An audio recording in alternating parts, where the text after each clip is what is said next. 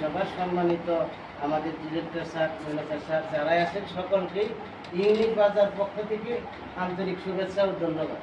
আমি অল্প করে একটু কথা বলবো। আমি অল্প আজকে থেকে গত 1 সপ্তাহ 7 দিন হলো আমি এখানে জয়েন করেছি। জয়েন করার পর আমি কী সুবিধা পেলাম? আমি শুরুতেই সুবিধা পেলাম 185 টাকা, পরবর্তীতে পেলাম আমি 186 টাকা বোনাস, এবং আবার আজকেও আসছে 260 টাকা বোনাস। তো আমি মনে